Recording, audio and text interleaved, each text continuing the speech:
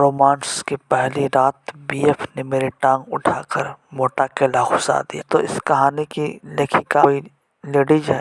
पूरा सुने, काफी आपको इंटरेस्ट आने वाला है, अंत तक सुनिएगा ध्यान। उस रात मैं और अनुराग शादी की पार्टी में गए थे। वहाँ हमने जमकर एंजॉय किया।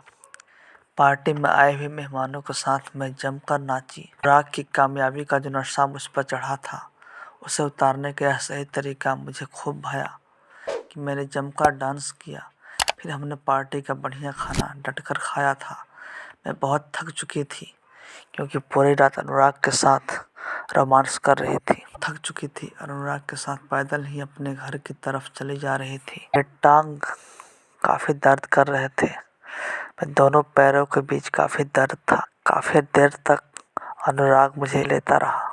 मेरे कबूतर खूब उड़ाए। रात के 11 बजे सुनसान सड़क पर चलते हुए मेरा दिल आज फिर जोर जोर से मचल रहा था। चलने दे रही थी और मुझे बहुत अच्छा लग रहा था। फिर मैंने अनुराग से पूछा था, अनुराग आज मैं तेरे मुंह से यह सुनना चाहती हूँ कि अगर मैं तेरी गर्लफ्रेंड होती तो उसे तू अपने बर्थडे पर क्या गिफ्ट देता। कुछ क्षण ऐसे ही सोचता रहा, फिर खुद ही बोला, मैं उससे कहता कि मेरे गाल पे किस कर दे।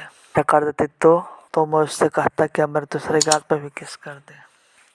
अगर वो ऐसा कर देती तो मैं उससे कहता कि मेरे होठों पे किस कर दे। ऐसा कर देती तो अनुराग थोड़ा शर्मा कर फिर मैं बोलता कि मेरा मोटा केला लेकर के मुंह में डाल ले और खूब मजे ले। अनुराग की मासूम और प्यारी सी ख्वाहिश सुनकर मेरा दिल जोर से मचलने लगा और जज्बातों को छिपाने के लिए मैं जोर से हंसने लगी और हंसी को कंट्रोल करके मैंने कहा, कब तक?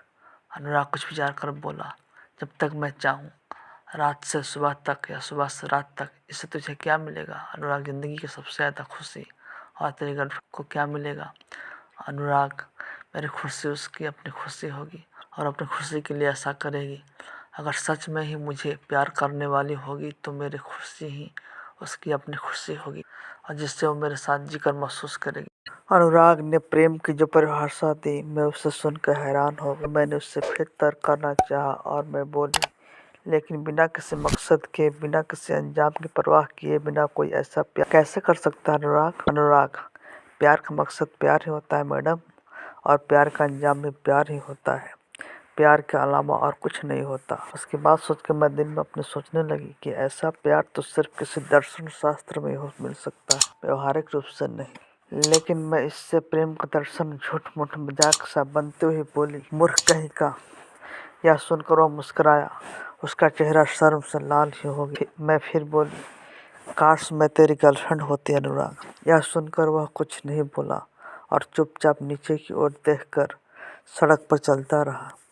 मैं फिर बोली, मैं एक ऐसी लड़के की गर्लफ्रेंड बनना पसंद करूँ जो अपनी ज़िंदगी में बड़ा मुकाम पाने के लिए कड़ी मेहनत करता है और बिना किसी सपोर्ट के सारी बाधाएं पार करके अपनी मंजिल हासिल करता है। यह सुनकर भी वह कुछ नहीं बोला और चुपचाप चलता रहा। मैं फिर बोली, मैं तेरी कामयाबी से खुश हूँ, लेकिन अगर तेरी कामयाबी में मैं तेरी गर्लफ्रेंड भी होती तो मैं और भी ज़्यादा खुश होती। यह कहकर दिल मेरा पूरा मचल गया और मैं नियंत्रण से बाहर हो गया।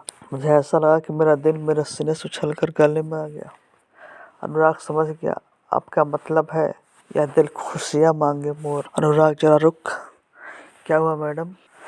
रात के 11:30 बज रहे हैं, आप जरा जल्दी चलिए, आपको छोड़कर मुझे भी अपने घर जाना है। जरा रुक, अपनी आंखें बंद कर, तुझे एक गिफ्ट देती हूँ। यह सुनकर वो मुस्कुराया और उसने अपनी आंखें बंद कर ली। तब मैंने उसके गाल पर एक किस कर दी। उसने हड़बड़ा कर अपनी आंखें खोल दी तो मैंने उससे कहा, मेरे पति तो मेरे कहने से जज नहीं बन सके, लेकिन मैं तो तेरी गर्लफ्रेंड बन सकती हूँ। यह तो मेरे हक में है ना? यह सुनकर वह हैरान हो गया और चुपचाप मेरी शक्ल देखता। फिर पता नहीं क्या सोचकर दूसरा गाल उसने मेरे आगे कर दिया तो उसने अपने होठ भी मेरे आगे कर दिए। उसके होठों पर भी एक किस करके मैंने हंसकर बोली, अनुराग।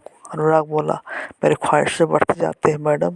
मेरा दिल कर रहा है कि मैं तेरी अगली ख्वाहिश पूरी कर दूं। मेरा केला पूरा खड़ा हो, लेकिन यहाँ सड़क पर नहीं, मेरे साथ मेरे घर चली। अनुराग कुछ नहीं बोला, चुपचाप मेरे साथ मेरे घर आ गया। उसका हाथ पकड़कर मैं उसे सीधे ऊपर गेस्ट रूम में ले गई और उससे बोली, बता तेरी अगली ख्वाहिश क्या है? बताया तो था, 2 बार बता चुका हूँ। नहीं, अगर मैं तेरी गर्लफ्रेंड होती तो मुझसे क्या गिफ्ट मांगता? अनुराग, मेरी ख्वाहिश बढ़ती जाती है और मैं आपसे कहता कि मेरी गोद में बैठकर मुझे अपने होठों का रस पिला दिया। सुनकर मैं खिलखिलाकर हंसी और बेड पर उसके सामने आकर बैठ गई और शर्माते हुए बोली, और अगर मैं तेरी गर्लफ्रेंड होती तो यह मुझसे यह उम्मीद करती कि तू मुझे अपनी गोद में बैठा।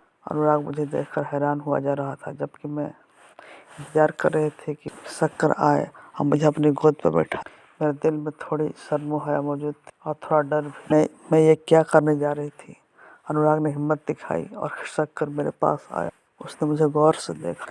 उसने हिम्मत करके अपने उंगलियों से मेरे होठों को छुआ और आगे की ओर झुककर वो अपना चेहरा मेरी तरफ लाया और उसने मेरे होठों पर एक चुंबन। मुझे ऐसे झुरझुरी आ गई। उसे यह करने बहुत संकोच हो रहा था, शायद इसीलिए मेरे होठों को बार बार आहिस्ता आहिस्ता चूम रहा, किंतु यह करने वह डर कर मेरे होठों को धीरे से चूमता रहा, किंतु ऐसे उसको मेरे होठों को पीने की ख्वाहिश पूरी नहीं हो सकती। तभी अचानक मेरे दिल में एक उन्माद आया कि जब उसने मेरे होठों का आहिस्ता चूमा तो मैंने उसके चेहरे पर अपनी हथेलियों से वहीं जकड़ लिया और इस तरह उसके होठ मेरे होठ पर ठहर गए और तभी मैं अपनी जगह से खिसक कर उसकी गोद में आ गई, जबकि उसने मुझे अपने बाहों में भर लिया था और मैंने खुद ही अपने होठों से उसके होठ का रस पीना शुरू कर दिया।